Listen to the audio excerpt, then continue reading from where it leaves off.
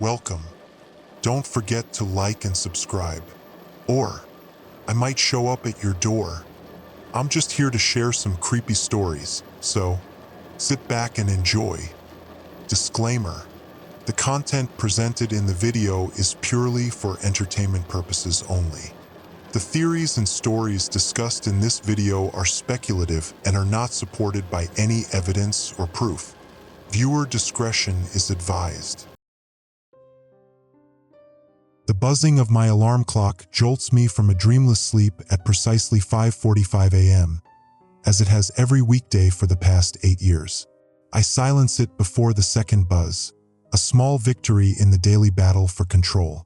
My name is Dr. and Hood, and I've structured my life around measurable constants. Water is my specialty, its properties, behaviors, and anomalies, and I've built my reputation on identifying patterns others miss. My morning routine unfolds with practiced efficiency. 20 minutes of yoga, shower, water temperature 104 degrees Fahrenheit, coffee, black, no sugar, 8 ounces. Breakfast, yogurt, granola, blueberries, precisely 1 cup, and weather check, current, hourly, and 3-day forecast. The meteorologist promises clear skies with a slight chance of afternoon showers. Standard April weather for our lake-dotted region. I make a mental note to bring my rain jacket to the research station. The drive to the university's Hydrological Research Center takes 18 minutes in light traffic. I arrive at 7:12 a.m. and claim my usual parking spot, third from the left in the second row. The security guard waves as I scan my badge. We never speak beyond pleasantries, but there's comfort in the reliability of his presence. "Morning, Dr. Hood," he says, his eyes not quite meeting mine. Something about his posture seems off, a subtle tension around his shoulders I haven't noticed before. "Good morning, Frank," I reply, pausing. "Everything all right?" Fine, he says, glancing at the small television in his booth. "Just some weird alerts coming through the system this morning." "Probably nothing." I nod and continue toward my office, dismissing his concern. Campus security runs periodic emergency drills, likely just another exercise in preparedness. My office occupies the northeast corner of the research building, with a clear view of Lake Merrill, our primary study site. Before even setting down my bag, I go through the ritual of checking the overnight sensor readings from the automated monitoring system. Water temperature, pH levels, dissolved oxygen content, turbidity, all within normal parameters. Only the reflectivity index shows an anomaly, a 3.2% deviation from yesterday's readings. I make a note to recalibrate the equipment this afternoon. Optical sensors are notoriously sensitive to environmental changes, probably just pollen or spring algae affecting the readings. At 7:45 a.m., my phone buzzes with an alert. The jarring tone is unfamiliar, more insistent than standard notifications. The screen displays emergency alert, atmospheric anomaly detected. Avoid prolonged observation of reflective surfaces. This is not a test. I stare at the message, reading it twice. The vague wording is unlike standard emergency protocols. No specific threat identified, no actionable instructions beyond the cryptic warning about reflective surfaces. I screenshot it before the message disappears from my screen. "Did you get that weird alert?" asks my colleague Dan, poking his head into my office without knocking. His casual disregard for personal space has always irritated me, but I've learned to tolerate it. "Yes," I reply, turning my attention back to my computer.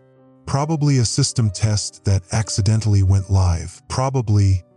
Dan agrees, though something in his tone lacks conviction. "Hey, are you heading out to the lake today? I've got some samples I'd like you to look at. Something weird in the microscopy results." "What kind of weird?" I ask, my interest piqued despite my skepticism. "Hard to explain. You need to see it yourself."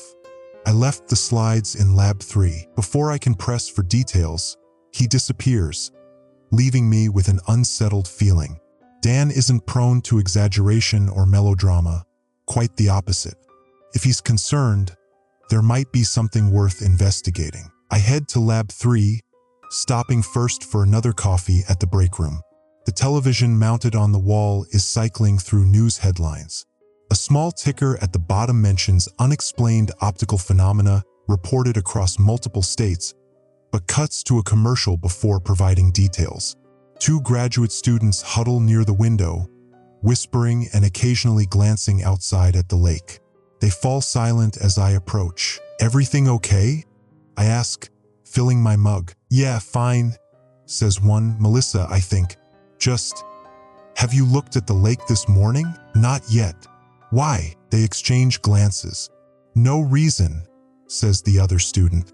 "Just weird light today." Feeling increasingly uneasy, I take my coffee and continue to the lab. The corridors feel emptier than usual, though I check my watch and confirm it's a normal workday. Through the windows, Lake Merrill gleams in the morning sunlight, its surface a perfect mirror of the blue sky above. Nothing unusual that I can detect from this distance. In Lab 3, I find the slides Dan mentioned, labeled with yesterday's date. I place the first under the microscope and adjust the focus. The water sample appears normal at first glance, expected microorganisms, standard particulate matter. But as I increase the magnification, I notice something odd about the way light refracts through the liquid. The patterns don't follow expected optical principles. I check all 5 slides, finding the same anomaly in each. I make detailed notes, resisting the temptation to jump to conclusions. Science demands methodical analysis, not speculation. I'll need to run controlled tests to determine if this is equipment error or genuine deviation from established properties. A knock at the lab door interrupts my thoughts. Ben, our department's resident theoretician, stands in the doorway.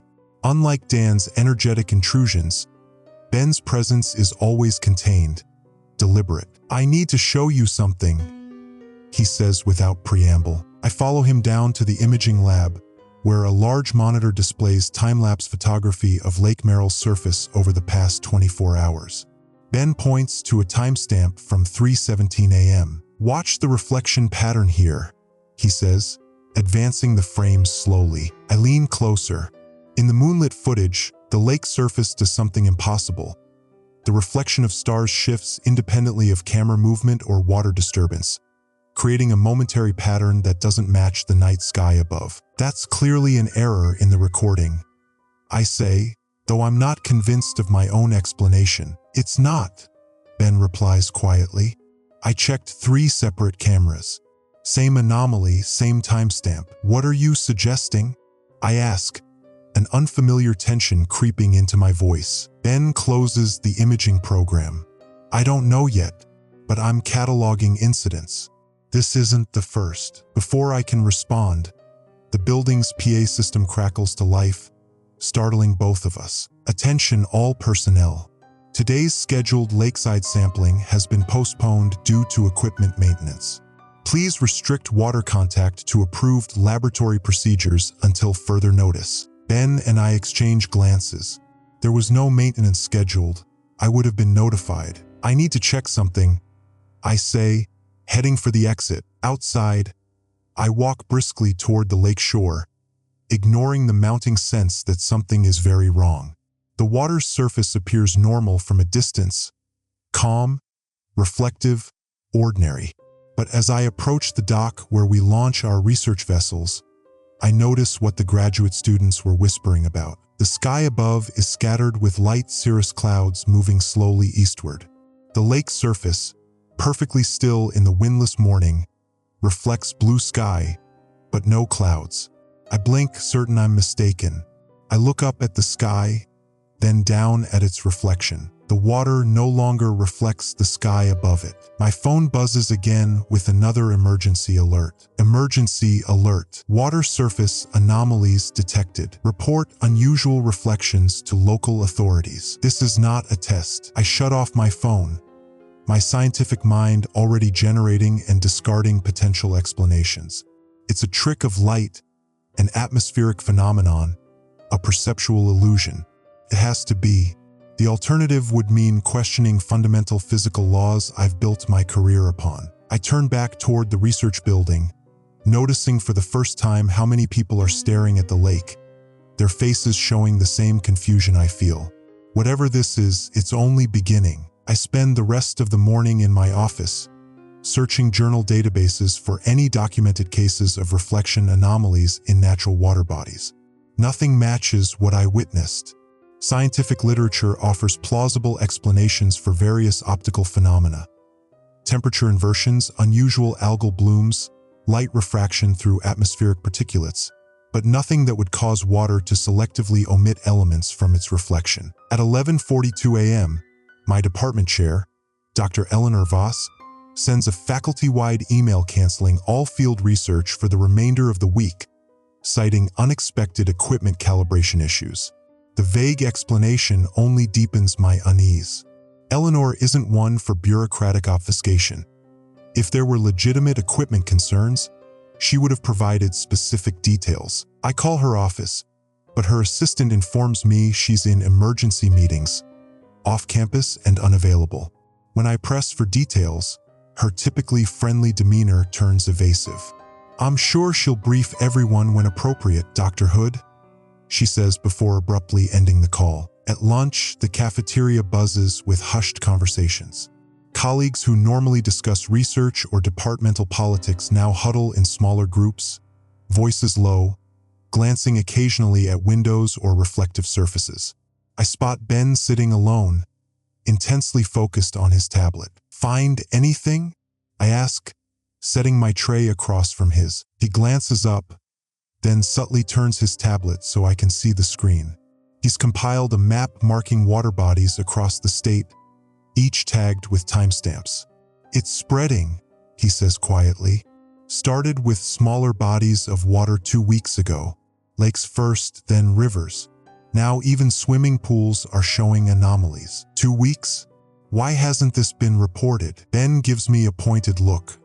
"Who says it hasn't? Check your social media. Hundreds of posts about weird reflections or water looking wrong. Most get flagged as misinformation within hours. Some get removed entirely." I pull out my phone, searching for terms like water reflection anomaly and lake mirror effect. The results are sparse. A few Reddit threads, some quickly debunked TikTok videos, nothing from credible news sources. It's as if the phenomenon is being systematically downplayed. "This doesn't make sense," I mutter, pushing my untouched salad aside. A deviation from basic physical properties would be major news. Why the silence? Maybe because nobody knows what to say, Ben suggests.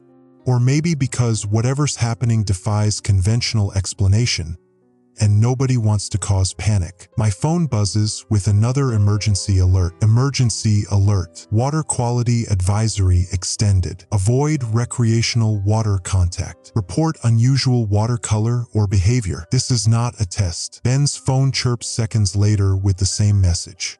Around us, other devices activate with the distinctive alert tone, creating a symphony of electronic warnings. Water quality? I scoff. That's what they're going with? Classic misdirection, Ben replies. Technically not a lie, the water is behaving abnormally, but framed to suggest contamination rather than whatever this actually is. After lunch, I head to our secondary lab facility to check water samples from different locations. The automated system catalogs samples from 27 sites across the region, everything from municipal reservoirs to natural springs. I pull recent readings from the database, looking for patterns. The anomalies aren't confined to surface reflections. Spectrographic analysis shows subtle changes in how the water molecules interact with light across the entire electromagnetic spectrum. Even more disturbing, the changes appear progressive, as if the water is gradually shifting towards some new state of matter. I'm so engrossed in the data that I startle when my office phone rings. It's Dan, his voice tense. "Are you alone?" he asks without preamble. "Yes." "What's wrong?" "Meet me at Lookout Point in 30 minutes. Come alone and don't tell anyone. This is important." "And Dan, what's this about?" But he's already hung up. Dan's behavior is uncharacteristic. He's normally the department pragmatist, quick to dismiss anything verging on conspiracy. His urgency sends a chill through me. I pack my laptop and head out, telling the lab assistant I'm feeling unwell and going home early. The lie comes easily, surprising me. I've built my professional reputation on data integrity and transparency, yet here I am, sneaking out of my own laboratory. Lookout Point is a scenic overlook 15 minutes from campus, offering panoramic views of Lake Merrill and the smaller Echo Lake beyond it. When I arrive, Dan's blue Subaru is the only other vehicle in the parking area. He stands at the railing, staring intently at the lakes below. "Thanks for coming," he says as I approach, not taking his eyes off the water.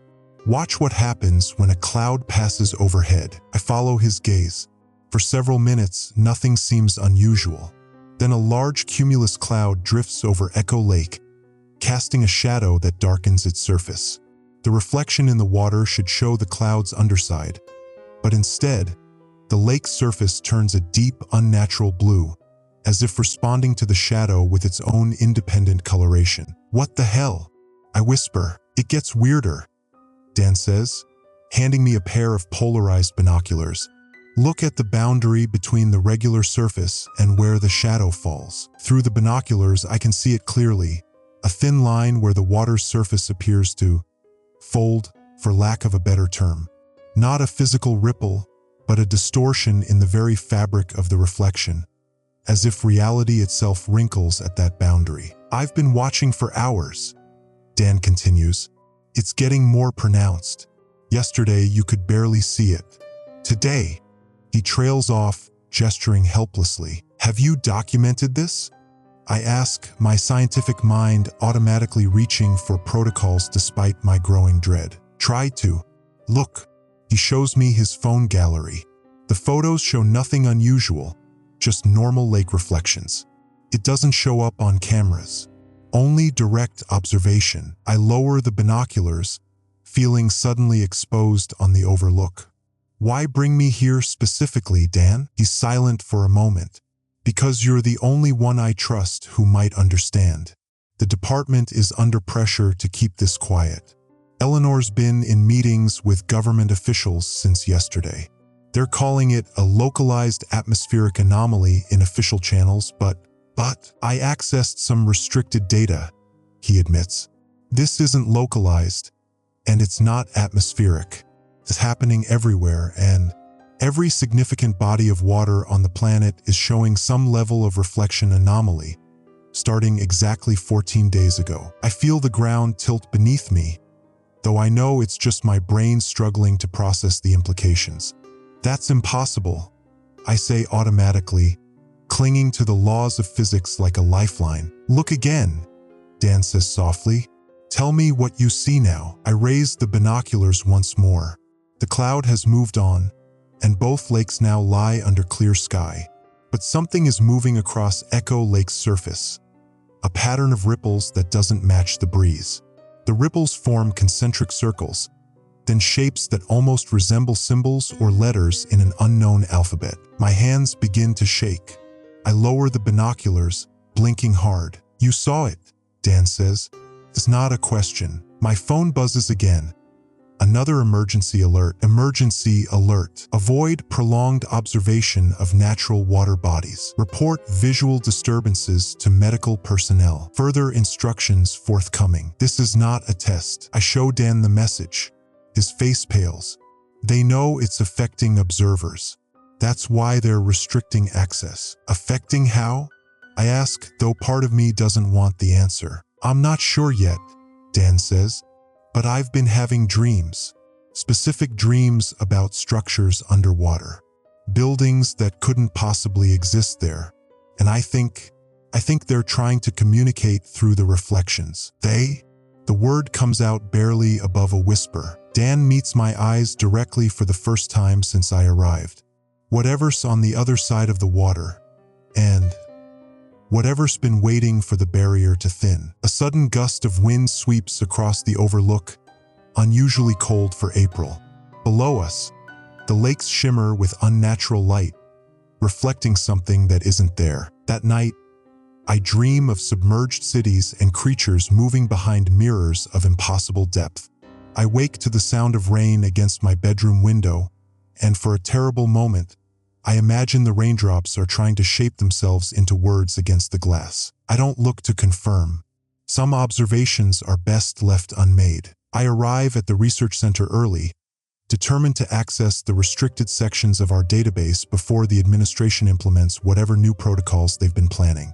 The parking lot is nearly empty, unusual for a Wednesday. Only Ben's weathered Subaru and a few unmarked government vehicles occupy spaces. The lobby security desk is unmanned. The building feels hollow, liminal, as if caught between states of existence. I swipe my badge at the main entrance, half expecting to find my access revoked. The light flashes green, and I slip inside. My footsteps echo through empty hallways. I pass the break room where a television drones quietly to no audience, continuing reports of unusual optical phenomena across multiple bodies of water. Authorities advise minimal contact with affected areas pending further investigation. The CDC has issued a statement denying any connection to waterborne pathogens or contaminants. I pause at my office just long enough to retrieve a portable drive, then make my way to the central data repository. Officially, I have access to most research files, but in recent months, I've noticed increasing restrictions. Studies suddenly classified, datasets removed without explanation, entire research directions abandoned. Ben had mentioned historical precedents. If this phenomenon has occurred before, there must be records. The database room requires secondary authentication. I hold my breath as I press my keycard against the scanner, enter my PIN, then place my palm on the biometric reader. After a tense moment, the door clicks open. Inside, I navigate to Terminal 3, the one with fewest surveillance cameras, and begin my search. Under normal circumstances, I would never violate security protocols, but nothing has been normal since the first alert. I search for keywords: water reflection anomalies, optical distortions, hydrological optical phenomena. The system returns limited results, mostly recent papers cataloging standard refraction patterns. Nothing unusual. On impulse, I try a different approach, searching historical emergency alerts containing the word reflection. The system hesitates, then produces a single file, dated May 17, 1976. The document is heavily redacted, but phrases jump out at me. Similar distortions observed at Lake Samish. 7 witnesses reported independent movement within reflections. Containment procedures initiated before Phase 2 manifestations. Affected areas remain under observation. My heart races. Lake Samish is less than 100 miles from here. Whatever happened there was deemed significant enough to classify, but not widespread enough to become common knowledge. I download the file onto my drive, then search for anything related to Lake Samish post 1976. Nothing appears, as if the lake ceased to exist in scientific literature after that date. The database terminal suddenly goes dark. Seconds later, the overhead lights flicker and emergency backups activate, casting the room in an amber glow. My phone buzzes with another alert. Emergency alert. Mandatory evacuation of all water-adjacent research facilities. Secure all samples and data. Report immediately to designated assembly points. This is not a test. The message is immediately followed by the building's PA system. Attention all personnel. This facility is now under Emergency Protocol Hydra 7. Please proceed immediately to your designated evacuation points. Take only essential personal items. All research materials must remain on premises. This is not a drill. I eject my drive and slip it into my pocket. As I exit the database room, I hear footsteps approaching, multiple sets, moving with purpose. I duck into a supply closet, leaving the door cracked just enough to see into the hallway. 3 people in dark suits pass by, accompanied by a woman I recognize as Dr. Winters, the university's liaison to government research partners. Their conversation drifts to me in fragments, already progressing faster than the 76 incident. Secure Hood's research first. Need her data on reflective properties of concentrated solutions. Can't risk another Samish situation. They're looking for my research specifically. Cold dread pools in my stomach. Whatever this phenomenon is, my work is somehow connected.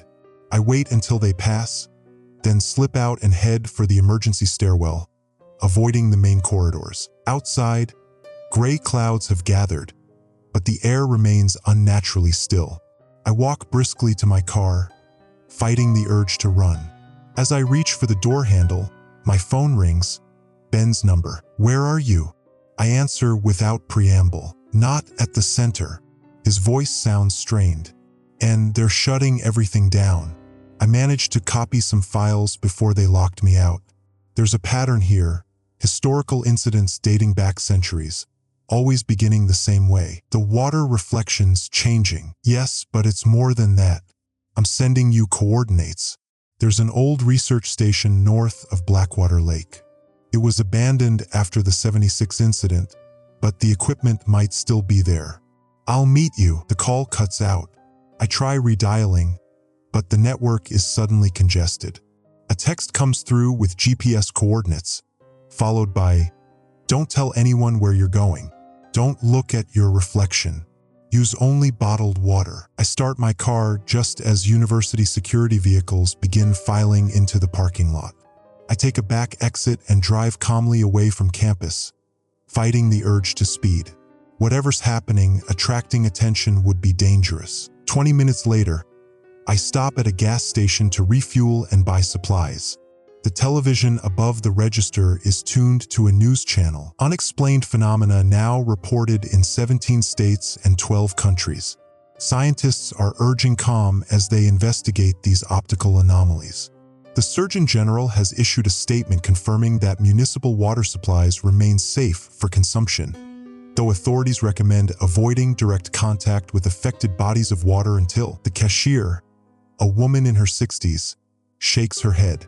"Load of nonsense," she says as she rings up my purchases. "They're not telling us the real story. What do you think is happening?" I ask, surprised by my own question. She leans forward conspiratorially. "My grandfather told stories about this. Said it happened in the old country when he was a boy. The water stopped showing what was above and started showing what was below." "Below what?" "Below everything." She hands me my receipt. "He said it starts with reflections, then the dreams come, then the water remembers what it used to be before it was just water." I leave unsettled, her words echoing in my mind as I continue north toward Blackwater Lake. The highway is unusually empty for midday. I turn on the radio, seeking information, but most stations are broadcasting the emergency alert tone on loop, punctuated by the same vague warnings about avoiding reflective surfaces. I pass a roadside park where a small crowd has gathered around a pond. People are taking photos, pointing at the water. Some wear makeshift blindfolds or look only through phone screens. Police car pulls in as I drive by, lights flashing. Near the turnoff to Blackwater Lake, I stop at a scenic overlook. From this elevation, I can see 3 lakes nestled among the pine forests. All appear normal from a distance, blue surfaces reflecting the now overcast sky. But something about their stillness seems wrong, as if they're holding their breath. My phone buzzes with another alert. Emergency alert. Phase 2 protocols initiated. Avoid all bodies of water. Report unusual dreams or thoughts about water. Do not attempt to document anomalies. This is not a test. Phase 2. The same terminology from the 1976 document. Whatever happened at Lake Samish is happening again, but more widely. As I prepare to continue driving, a child's voice startles me. "Are you going to see them too?" A boy, perhaps 8 years old, stands nearby. His mother calls to him from their car. "See what?" Ask. "The things coming through the water." He speaks matter-of-factly. "I saw them in my bath last night. They're just shadows now, but they're getting more solid." "Tommy, come here right now." His mother sounds panicked. The boy turns to leave, then pauses. They know your name, you know, the water people, they said, and is written on the other side too. He runs back to his mother, who glares at me as she hurries him into their car. I stand frozen, my scientific mind struggling to process his words. I've told no one my name here. I continue toward Ben's coordinates with growing dread, the child's words playing on repeat in my mind. Somehow, impossibly, the water knows who I am, and something on the other side knows I'm coming. The coordinates Ben sent lead me to an abandoned research outpost 60 miles north of campus, nestled against the shore of Lake Isolde, a smaller, deeper body of water I've never studied. I drive through increasingly remote terrain, the university's SUV handling the rough access road better than my sedan would have. Cell service disappeared 15 minutes ago, my phone now useful only as a GPS device and flashlight. I park beside a weathered building with peeling government signage.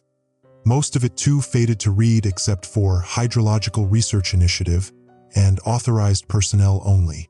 The facility looks at least 20 years out of use, windows boarded, nature reclaiming the perimeter. Yet fresh tire tracks mark the muddy lot. Someone's been here recently. The lock on the main door has been broken, the splintered wood around it suggesting forced entry. I hesitate before pushing it open, suddenly aware of how far I've strayed from civilization. The sensible course would be to turn back, report this to campus security.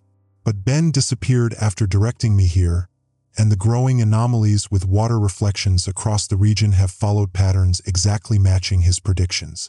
I need answers more than I need safety. Hello? My voice echoes through empty hallways as I step inside, flashlight beam cutting through dust-thick air. No response, but the interior tells its own story.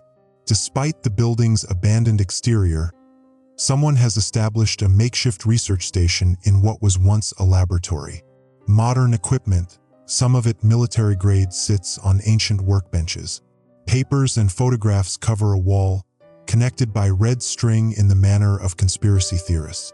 The sight makes me uncomfortable. This methodological approach is wildly different from Ben's usual scientific rigor. The wall documents water reflection anomalies dating back decades, long before our current crisis. Newspaper clippings describe mirror lakes and backwards pools as far back as 1952.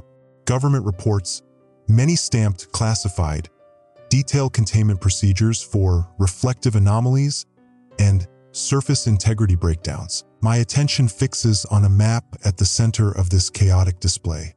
Red pins mark locations across North America, each representing a documented anomaly. The pattern isn't random. They form concentric circles expanding outward from Lake Isolde itself. Our university's Lake Merrill is in the third ring. What did you find, Ben?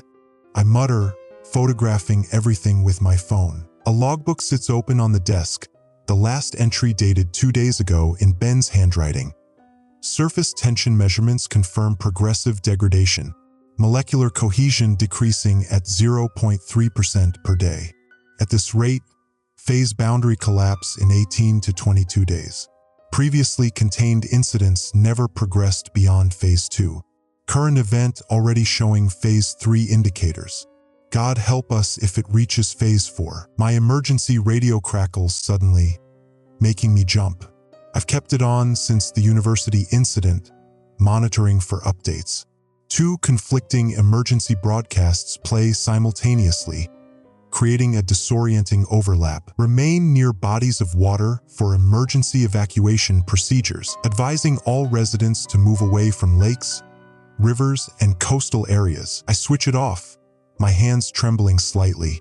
The contradictory instructions confirm my growing suspicion that authority structures are breaking down, different agencies working at cross purposes without coordinated information. A large safe in the corner has been opened, empty except for a single folder labeled Operation Looking Glass, 1977. Inside, I find photographs of military personnel surrounding a lake identical to the one outside this facility. The images show hazmat-suited technicians pouring something into the water, while others take readings with antiquated equipment. The final photograph chills me. The lake's surface reflecting not the sky above, but what appears to be a landscape completely foreign to Earth. Twisted spires under a sky with multiple light sources. A handwritten note paperclipped to this image reads, "Temporary containment achieved through chemical bonding agents. Surface tension restored. Dimensional bleed contained but not resolved. Recommend permanent monitoring and contingency preparations for future permeability events." The implications stagger me. The government has known about these phenomena for decades. Not just known about them, but actively contained previous occurrences. This isn't new, it's cyclical. Movement catches my eye through the dusty window. A ripple across Lake Isolde's surface despite the absence of wind. I step outside, drawn to the water's edge by scientific curiosity stronger than my growing fear. The lake's surface appears normal at first glance, reflecting the cloudy sky and surrounding pines accurately. But as I watch, the reflection shifts, not all at once, but in patches like torn fabric revealing something behind it. For brief moments, I glimpse something else in the water. Not a reflection, but a view into somewhere else entirely. A landscape of impossible geometry, structures that hurt my eyes to focus on. And something moves there, something aware. I stumble backward, nearly falling in my haste to retreat from the shoreline. Whatever I saw noticed me, I'm certain of it. The water's surface bulges upward slightly where I had been standing, as if something were pressing against it from below. My rational mind scrambles for explanations. Light refraction, hallucination induced by stress, gas emissions causing visual distortions. Each explanation feels increasingly hollow. The radio in my pocket bursts to life again, this time broadcasting clearly. Emergency alert. Water boundary integrity compromised. Phase 3 protocols now active. All personnel evacuate to designated safe zones. Repeat. Phase 3 protocols active. I need to leave now. I gather Ben's notes and sprint to my vehicle, the weight of what I've learned pressing on me like a physical force. Whatever is happening, it's beyond individual anomalies. The fundamental properties of water as a substance are changing globally, and the government has been fighting this battle in secret for generations. I start the engine and spin the wheel, ready to race back to civilization, to share what I've learned with my colleagues. But as I reach the access road, I brake hard. The road I traveled to get here is gone. Where there should be a clear path through the forest, there's only unbroken wilderness. Trees that would take decades to grow, undisturbed undergrowth, no sign a road ever existed. I check my GPS, which shows I'm exactly where I should be, the road clearly marked on its display. The disconnect between digital information and physical reality leaves me lightheaded. I try another direction, following a smaller trail leading west, but after 5 minutes of increasingly difficult terrain, it too vanishes into pristine forest. I check my compass. The needle spins freely, settling nowhere. The sun's position contradicts the time on my watch. Basic physical laws are failing around me. I'm trapped. I return to the research outpost, my mind racing through possibilities. Is this localized space-time distortion? Am I experiencing some kind of perceptual manipulation? Or is reality itself becoming unstable around bodies of water? Night falls with unnatural suddenness, the transition from day taking minutes rather than hours. I secure the building's entrance and use the emergency generator to power minimal lighting. Through the windows, I can see Lake Isolde's surface glowing faintly, illuminated from below rather than reflecting moonlight from above. For the first time in my life, empirical observation and rational analysis are failing me. The evidence before me contradicts fundamental principles of physics and chemistry that have governed my understanding of the world. Water no longer behaves as it should. Reflections no longer reflect. Reality itself seems increasingly negotiable. And somewhere in this impossible scenario is Ben, who saw it coming before anyone else, who tried to warn me, who disappeared after sending me directly to this place where normal rules no longer apply. My phone has no signal, but I record a message anyway, documenting what I found and my observations of local spatial distortions. I don't know if anyone will ever hear it, but the act of organizing information calms me, gives me purpose. This is Dr. and Hood, Day 1 at Lake Isolde Research Outpost. I speak into the device. I believe we are witnessing a progressive dimensional boundary failure, with water serving as the medium of transition. Historical evidence suggests this has happened before on smaller scales. Current propagation rate suggests global impact within weeks.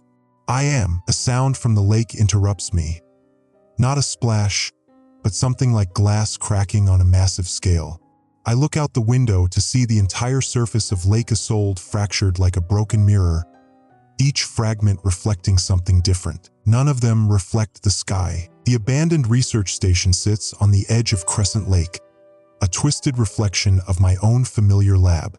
3 days I've been here, sleeping on a cot that smells of mildew, sustained by protein bars and bottled water I carefully inspect before drinking. Ben chose this place well. Isolated enough to avoid immediate detection but equipped with the technology needed to continue his research. If Ben is still alive, I press my palms against my eyes, trying to erase the images from yesterday. The park ranger's face as he stared into a puddle, his expression shifting from curiosity to terror to something like rapture before he plunged his face into the shallow water and held it there, willingly drowning himself in 2 inches of liquid. I didn't stay to see what emerged wearing his uniform. My phone vibrates against the metal desk, the emergency alert tone now so familiar it hardly registers as alarming. I glance at the screen. Emergency alert. Water-adjacent areas under mandatory evacuation. Approach of water sources may result in cognitive distortion. This is not a drill. 30 seconds later, a second alert. Emergency alert. Water sources remain safe for consumption. Reports of contamination are misinformation. Continue normal hydration practices. This is not a drill. I've documented 17 contradictory pairs of alerts in the past 36 hours. Either the emergency system has been compromised, or different factions are fighting for control of public messaging. Neither scenario offers comfort. The station's ancient desktop computer whirs as it processes the data I've been feeding it. My own observations combined with Ben's research files. The monitor flickers, displaying a simulation of molecular behavior in affected water samples. I watch as the animated particles align themselves in configurations that shouldn't be possible, forming lattice patterns that seem to extend beyond the 3-dimensional constraints of the model. "What were you trying to tell me, Ben?" I mutter, scrolling through his encrypted notes. The answer comes in fragments scattered throughout his research. Ben wasn't just studying the water, he was studying the history of similar phenomena. His files contain obscure references to events dating back hundreds of years. A village in 16th century Spain where a well suddenly reflected a different sky. A lake in Japan that periodically showed underwater structures no diver could find. A river in Brazil where fishermen reported catching creatures that disappeared upon leaving the water. All dismissed as folklore, all forgotten, until now. A folder labeled "Thinning" contains Ben's working theory. A concept so absurd I would have rejected it outright a week ago. Dimensional boundaries, naturally thin at water interfaces due to molecular properties we've never fully understood. A cyclical weakening that occurs when certain astronomical alignments coincide with changes in Earth's magnetic field. A window or door opening between our reality and something else. The most disturbing document is simply titled, They have always been there, Ben wrote, watching us through every reflection, learning, waiting for the boundary to thin enough for passage. Water is not a mirror. It's a membrane. A sharp crack outside startles me. I move cautiously to the window, staying to the side of the frame. A deer stands at the lake's edge, lowering its head to drink. I hold my breath, unable to warn it, unable to look away. The surface tension breaks as its muzzle touches the water. For a moment, nothing happens. Then the water reaches up. It happens so quickly. A liquid tendril rising unnaturally, wrapping around the deer's head and pulling downward. The animal struggles briefly before going limp, its body half submerged in what should be shallow water but somehow isn't. The surface settles, ripples fading to glassy stillness. The deer is gone. My phone vibrates again. Emergency alert. Witnesses to water anomalies required for debriefing. Report to nearest emergency management center. Immunity guaranteed. This is not a drill. 5 seconds later, emergency alert. Do not trust government communications. Avoid all official gathering points. Survive, observe, record. This is not a drill. I silently thank Ben for choosing a location without cell towers nearby. The messages are reaching me, but my responses, if I were foolish enough to send any, would fail to transmit my location. The computer beeps, analysis complete. I turn to the screen and feel my blood turn cold. The simulation has extrapolated the progression of molecular changes in water worldwide, based on current data. The model shows exponential acceleration. What started as subtle inconsistencies in reflection has progressed to localized breakdowns in surface tension. The next phase, according to Ben's calculations, will be full permeability, water surfaces becoming traversable from both sides. A map overlay shows hotspots of reported incidents: coastal areas, major lakes, river systems. But the true horror is in the projection timeline.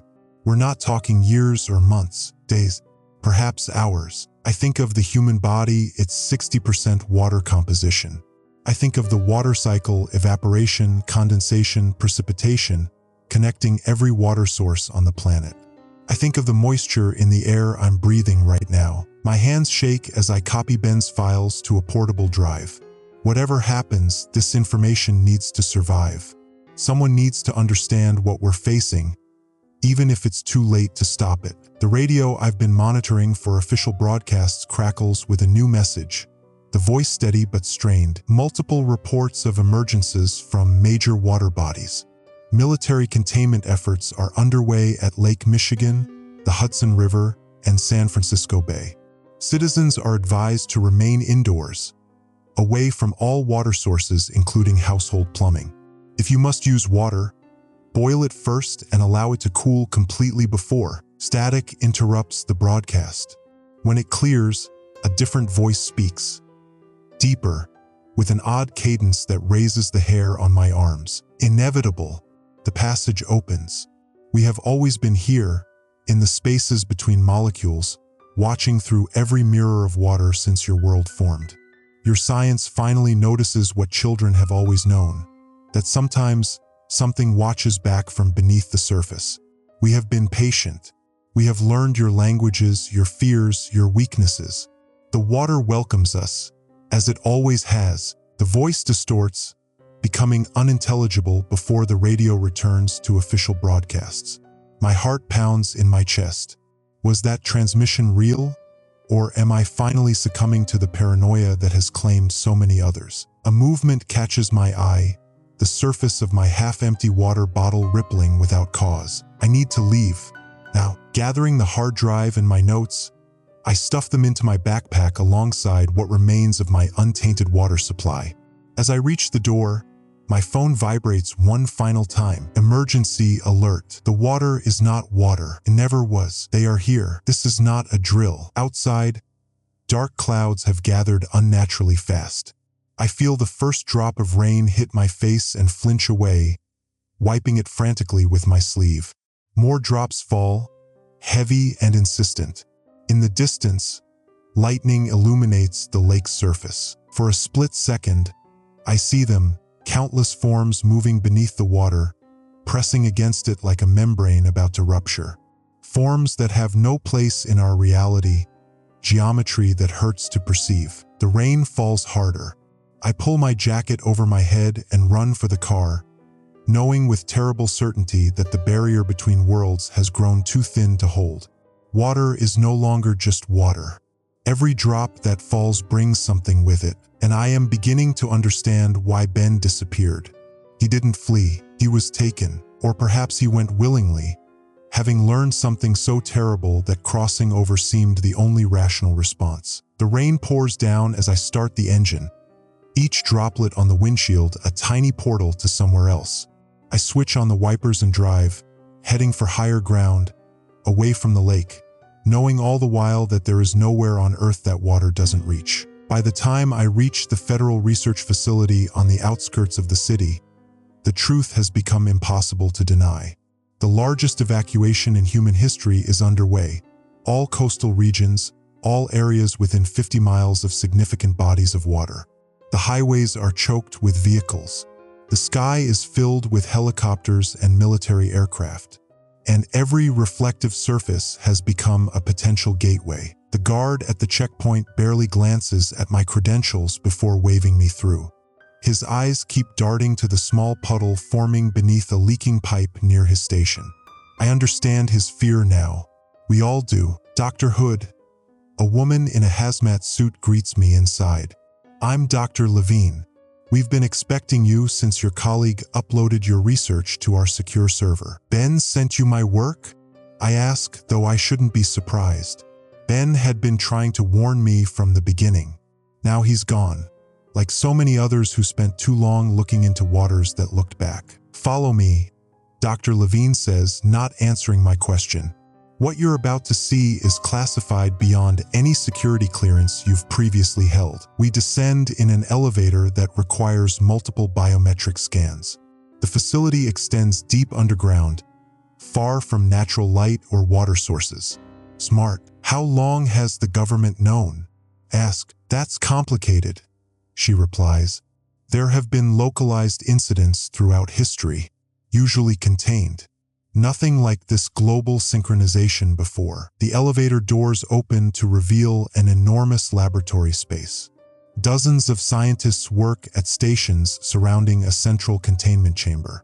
Inside the reinforced glass enclosure is what appears to be a vertical pool of water, except it stands unsupported like a doorway. My God, I whisper. It's a full breach, the first stable one we've been able to maintain for study. Dr. Levine confirms. Most collapse within minutes. This one has been active for nearly 6 hours. As I watch, the surface of the water door ripples without any apparent cause. Something is pressing against it from the other side. What are they? I ask, my voice barely audible over the hum of equipment. We don't know for certain, says a male voice behind me. I turn to see a gray-haired man in military uniform. But we have theories. Dr. Hood, this is General Weiss. Dr. Levine introduces us. He's overseeing the national response. Doctor, the general acknowledges me with a nod. Your work on water memory and quantum states has been invaluable, even if you didn't know the true application. Before I can respond, every screen in the facility suddenly flashes with an emergency alert. Emergency alert. Nationwide evacuation order. All citizens move to designated highland zones. Destroy all reflective surfaces. This is not a test. It's accelerating, the general says grimly. We're running out of time. Dr. Levine leads me to a workstation where my research has been expanded upon, connected to classified studies I never knew existed. The equations make a terrible kind of sense now.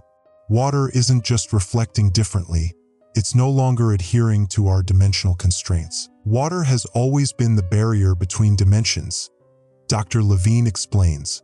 Not just a physical substance, but a metaphysical boundary.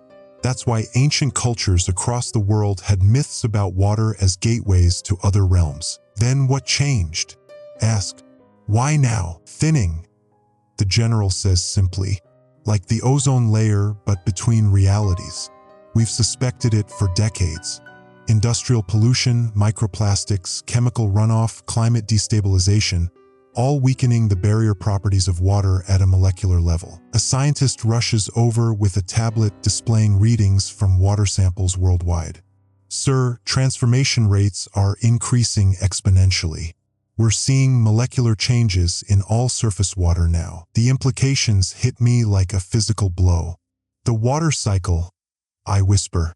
If it's in the surface water, it will evaporate, form clouds, and rain down everywhere. Dr. Levine finishes. Yes, within days, there will be no untouched water source on the planet. I think of the lake from my childhood, where I first noticed something was wrong with the reflections when I was 8 years old. No one believed me then. I convinced myself it was imagination, but I had seen it.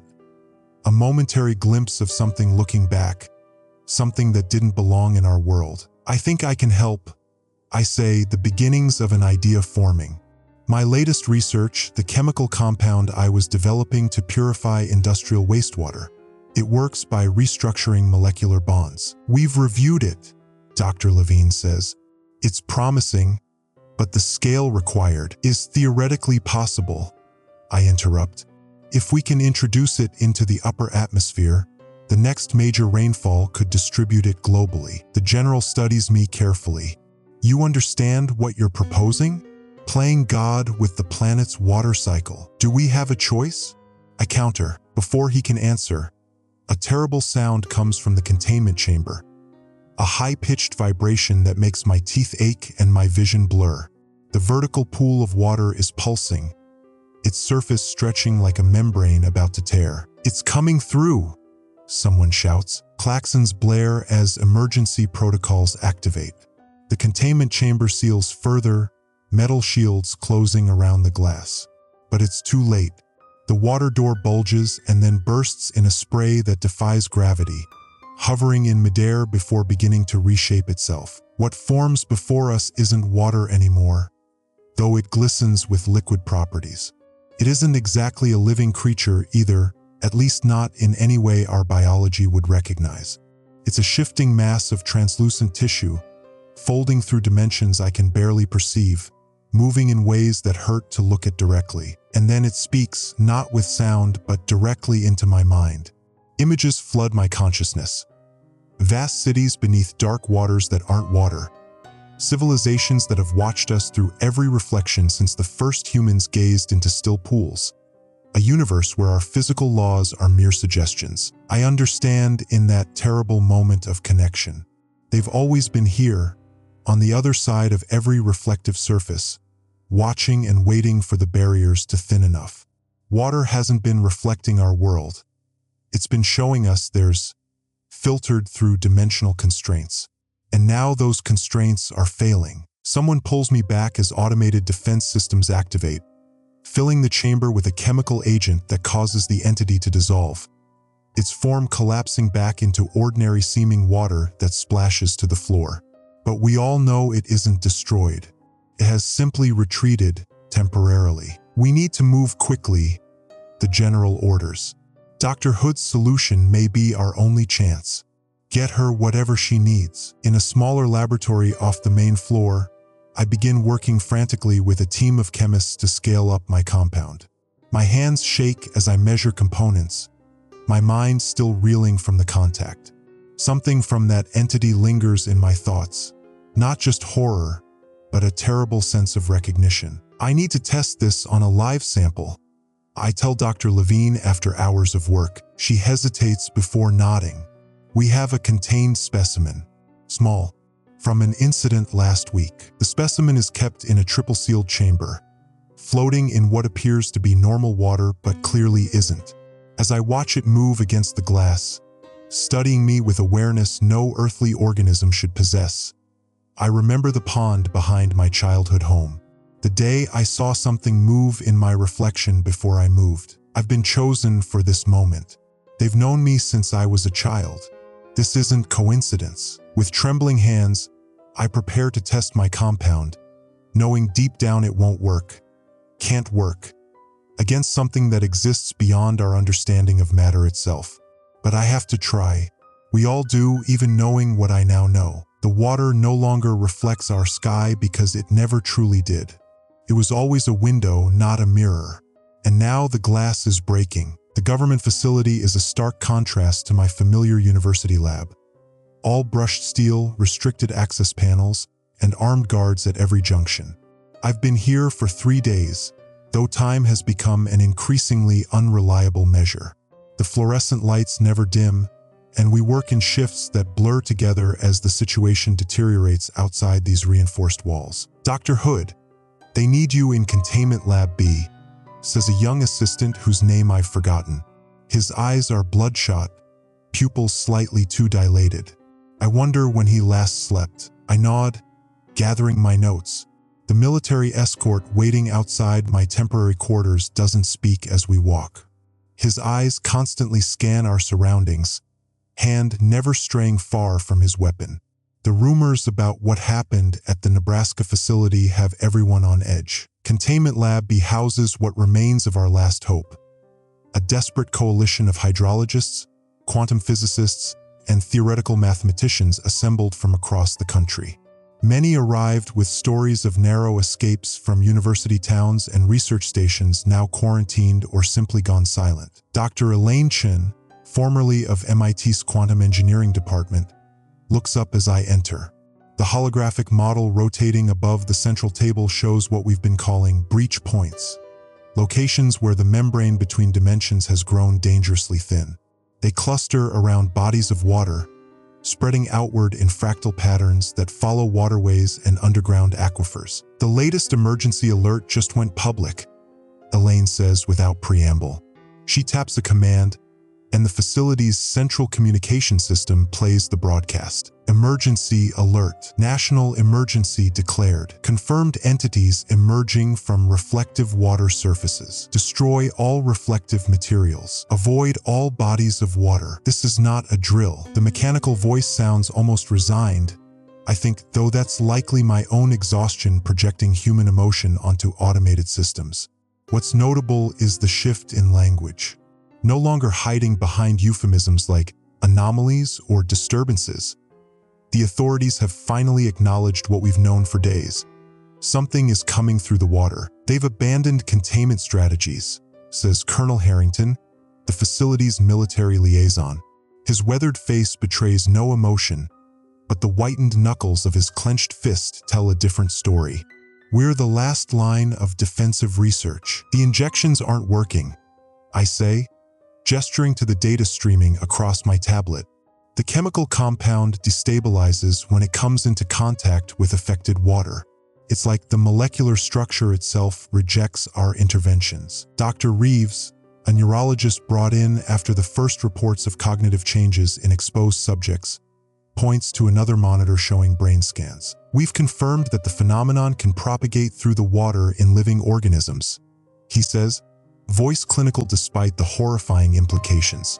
Cerebrospinal fluid appears particularly susceptible. Exposed subjects show structural changes in the visual cortex within hours. What about blood? Asks someone. Human bodies are mostly water, 60% on average. I interrupt automatically. The scientist in me still clings to precise measurements, even as the world dissolves into chaos. And yes, we're seeing changes in blood samples too. The rate depends on concentration and exposure time. The implications hang heavy in the air. We are all exposed.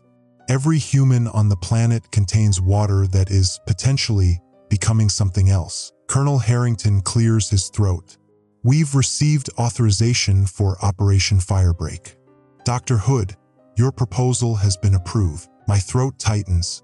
The measures I outlined in my report were theoretical, a last resort option I never expected to implement. The potential for catastrophic side effects is enormous, but faced with certain extinction, even slim chances become viable alternatives. I'll need a team at the Lakewood Reservoir, I say, surprised by the steadiness of my voice. And the compounds listed in my report. You'll have everything you need, the colonel replies. Wheels up in 30 minutes. The helicopter flight over what was once the peaceful suburban town of Lakewood reveals a landscape transformed by panic and evacuation orders. Abandoned vehicles clog the roads leading away from the reservoir. The water treatment plant, our destination, stands eerily quiet against the backdrop of the massive artificial lake that supplies drinking water to 3 counties. Our plan is desperate but founded on sound theoretical principles.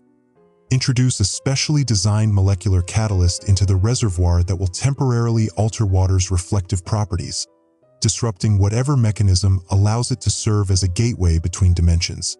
If successful, the treatment could be rapidly deployed to other major water sources. From the air, I noticed something the satellite imagery didn't show. The reservoir's surface exhibits geometric patterns, perfect concentric circles that no natural phenomenon could create.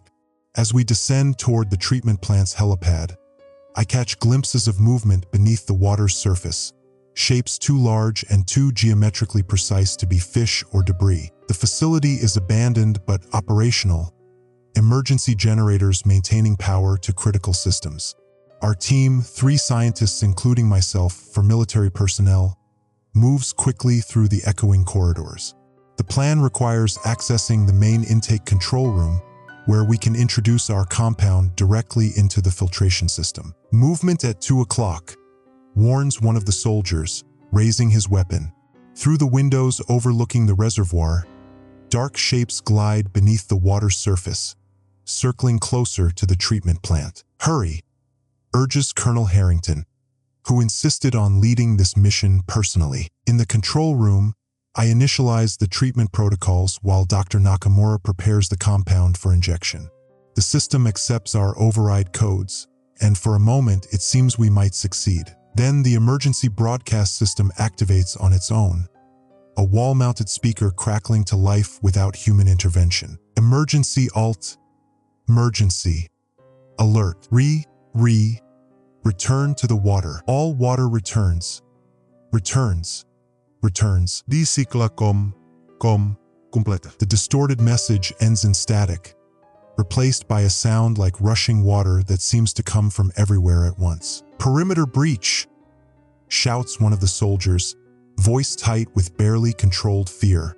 Through the security monitors, we watch as the reservoir's surface begins to bubble and churn, not with heat but with movement from below. Initiating compound release, I announce, entering the final sequence. The treatment plant's massive pumps engage, drawing our catalyst into the reservoir's main body. For 3 breathless minutes, nothing happens. Then the water begins to change, not clearing or clouding, but somehow shifting in a way that's difficult for the human eye to process. The geometric patterns intensify, spinning faster, and the surface no longer reflects the cloudy sky above. Instead, it shows something else. A vast space filled with crystalline structures and undulating forms that follow no earthly physics. "It's working," breathes Dr. Nakamura. "The reflective properties are changing." Hope flares briefly until I notice something in the water composition readings.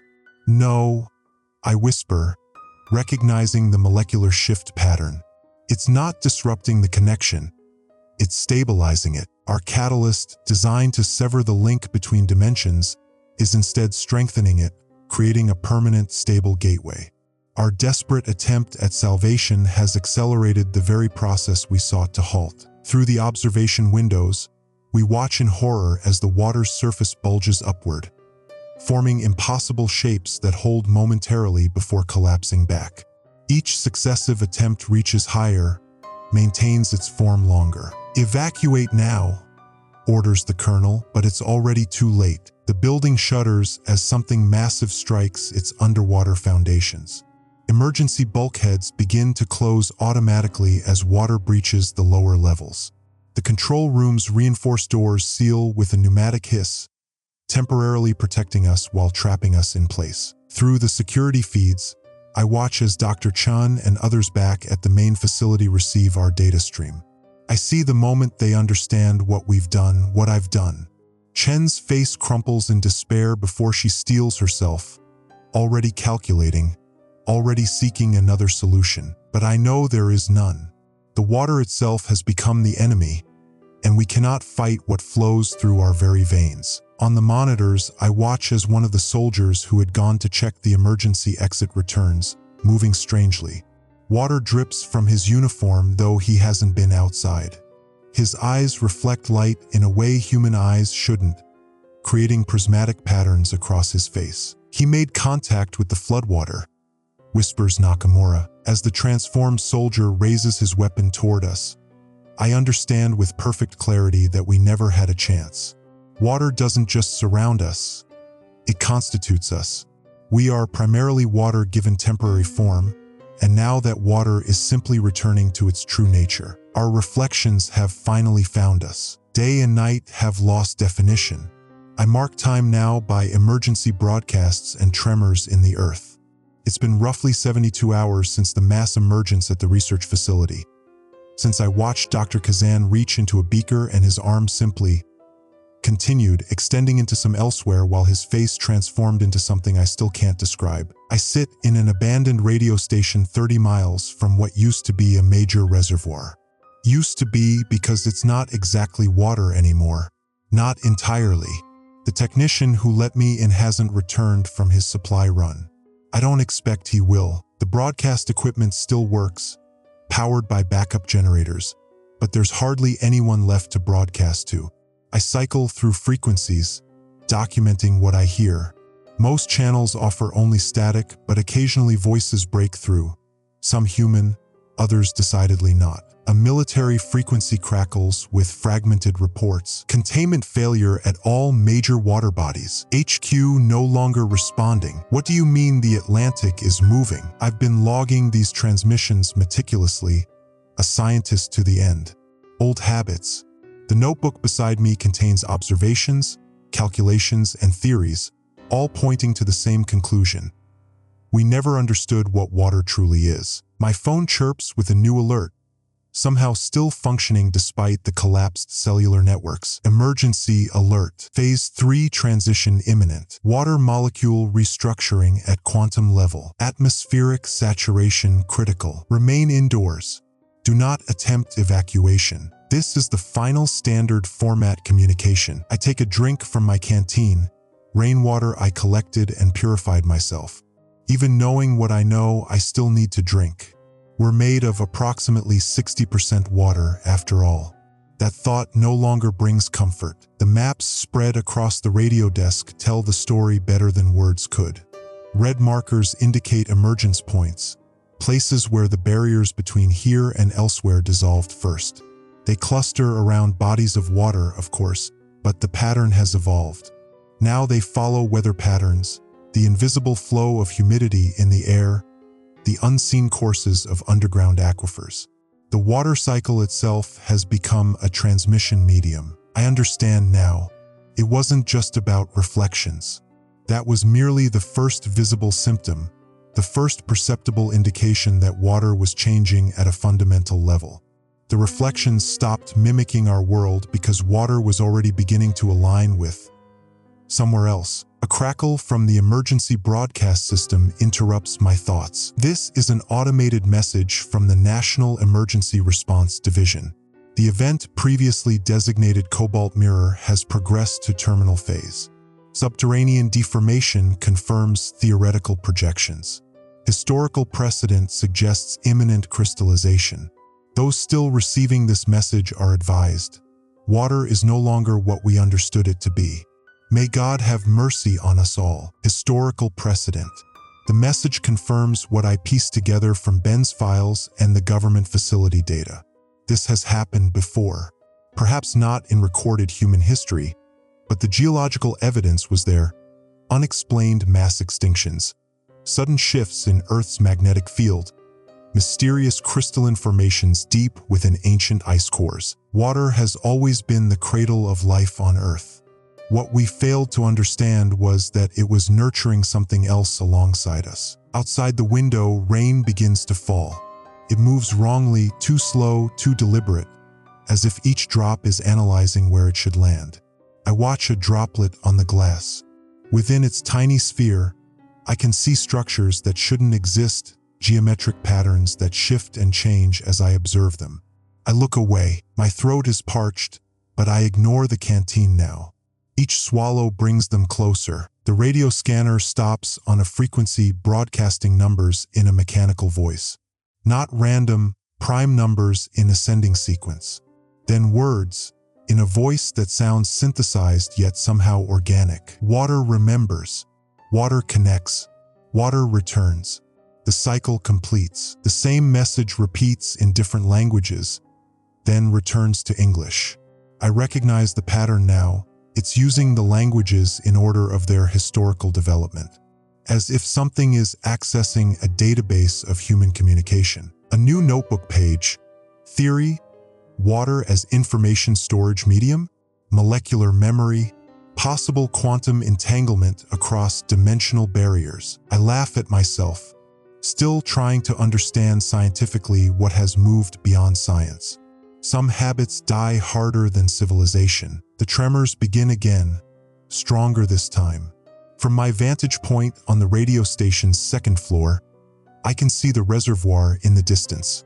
Its surface bulges upward, defying gravity, forming shapes that suggest architecture.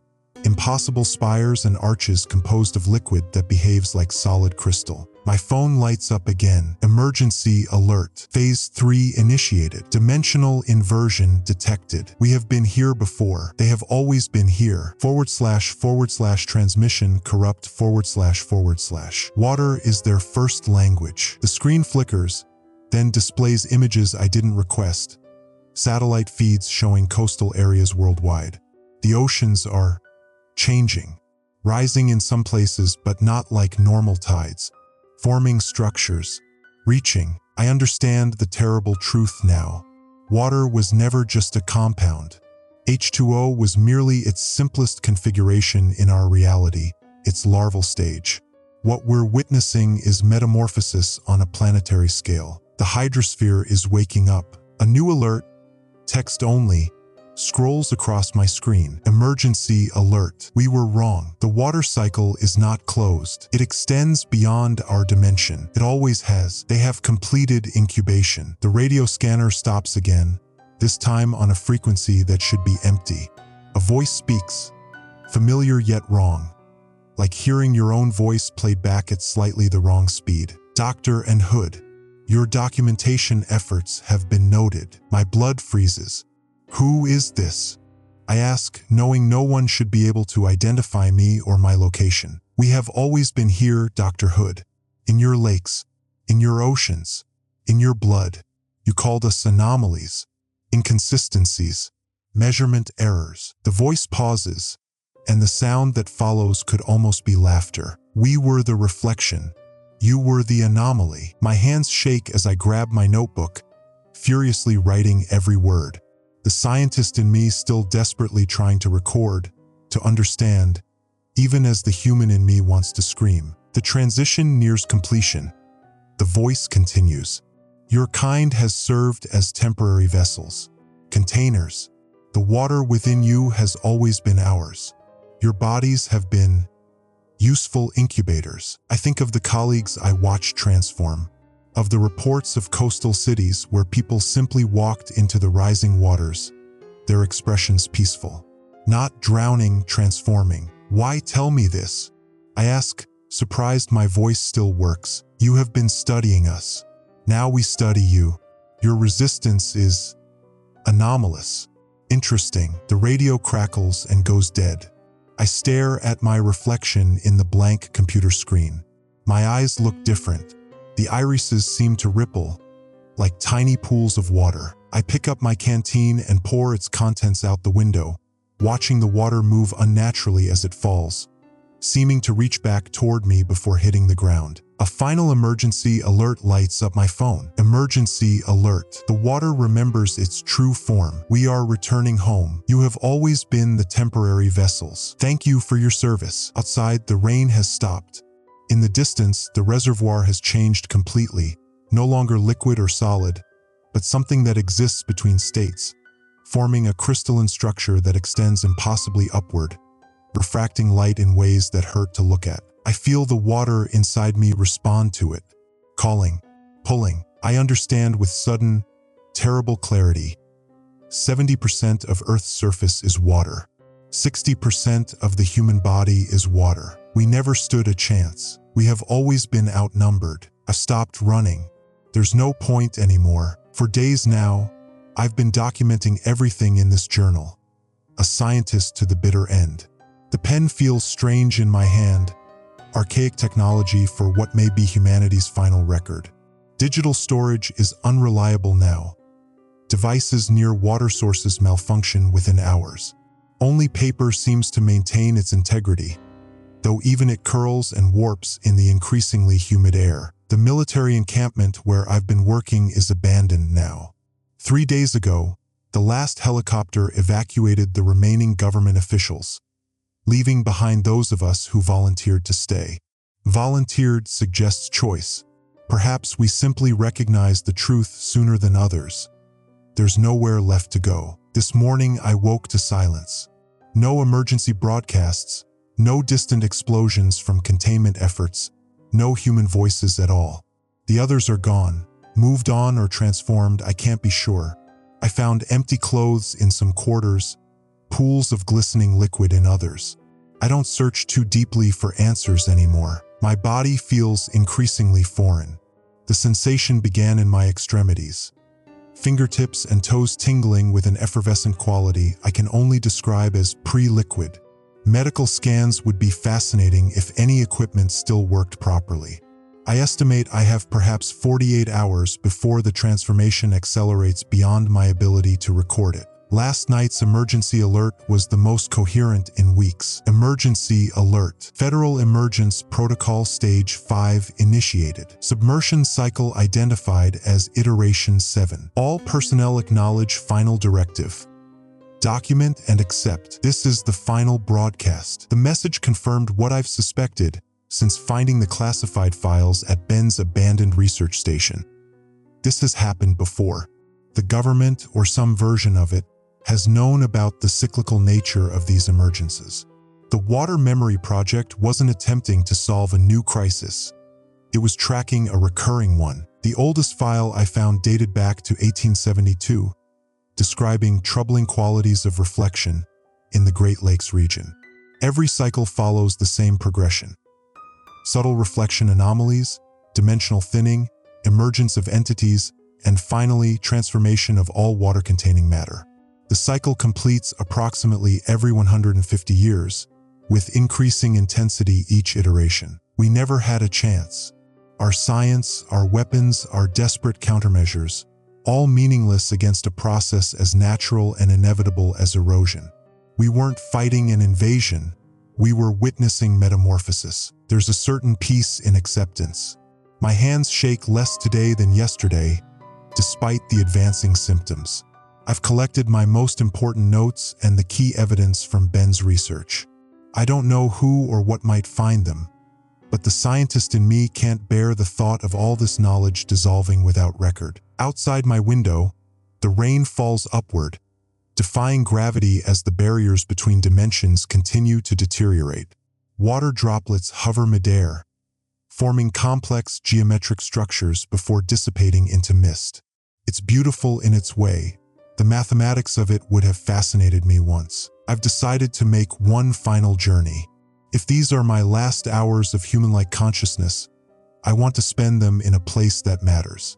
Lake Elwood, where I spent my summers as a child, where I first fell in love with water's mysteries, where, at age 9, I saw something move beneath the surface that didn't correspond to anything above. A memory I buried so deeply I convinced myself it was childish imagination until the first emergency alert triggered its return. The drive takes longer than it should. Roads are becoming unreliable, some dissolving into gelatinous matter, others rerouting to impossible destinations. Twice I find myself returning to the same intersection despite driving in a straight line. Spatial consistency is among the last physical laws to deteriorate, according to Ben's notes. I pass through abandoned towns, empty vehicles, occasional evidence of panic or exodus. No bodies, though.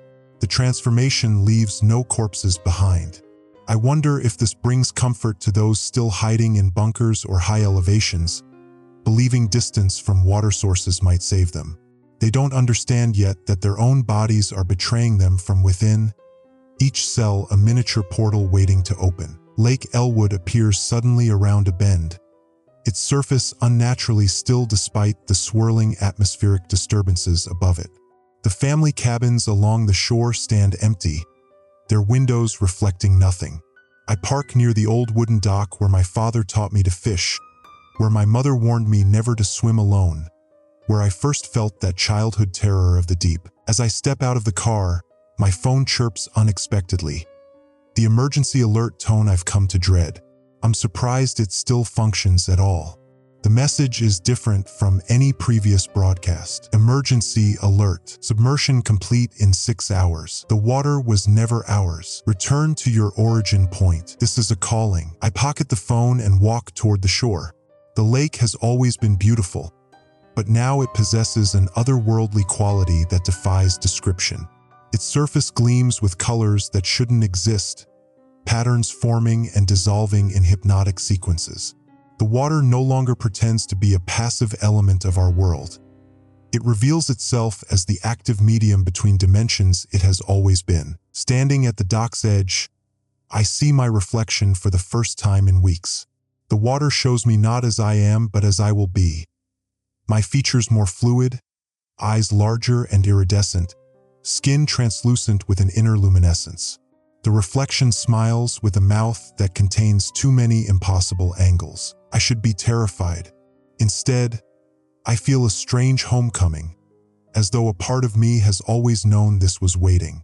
Was this genetic memory? Did some ancestral part of us always know we were merely temporary arrangements of matter, waiting to return to a more fluid state? A memory surfaces. Age 9, standing on this very dock, leaning over to retrieve a dropped toy. In the water, I saw not my reflection but a face looking back at me. Familiar yet impossible. It reached for me and I for it, before my mother's scream broke the connection. That night, I developed my first fever, babbling about lakes that remembered, water that watched, reflections that weren't reflections at all. The doctors called it a hallucination from heat stroke. My parents never brought me back to Lake Elwood. I channeled my obsession into science, into controlled studies of water's properties, into rational explanations for irrational fears. Now I understand I wasn't hallucinating.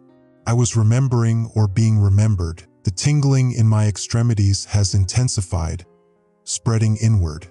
When I wiggle my fingers, they leave momentary trails in the air, like ripples in invisible water.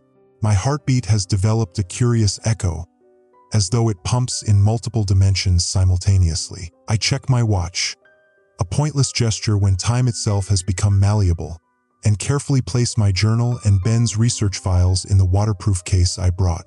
I weigh it down with rocks and push it under the dock, wedging it where it might survive whatever comes next. A scientist's final, futile hope for continuity. I straighten up and look out over the lake one last time with human eyes. The surface has begun to pulse, a slow, rhythmic movement like breathing. From the depths, faint lights rise, thousands of them, moving with purpose toward the surface. My phone buzzes one final time. Emergency alert. The cycle completes. The water welcomes you home. This is not an ending. I step forward onto the dock, each board creaking with familiar music. I am 9 years old again and 43 and something much older. I am not afraid as I walk toward the water's edge, toward my reflection that isn't a reflection at all, but a door finally opening. There's a profound serenity in finally understanding the futility of resistance. I sit alone at the edge of my childhood lake, the same spot where 30 years ago I first noticed something wrong with the water's reflection. Even then, some part of me had always known what was coming. The water before me ripples without wind, its surface no longer bound by the physical laws I've spent my life studying. What remains of humanity has retreated inland, away from coastlines, rivers, lakes, anywhere water might collect. But there is no escape. Water is everywhere. In the air we breathe, the food we eat, the very cells of our bodies. My phone, miraculously still functioning, lights up with what must be the 100th emergency alert of the day. The system, now fully automated as its human operators have likely succumbed, continues its relentless broadcast. Emergency alert. Final phase initiation. Completion imminent. Transition protocols activated. I smile at the clinical language.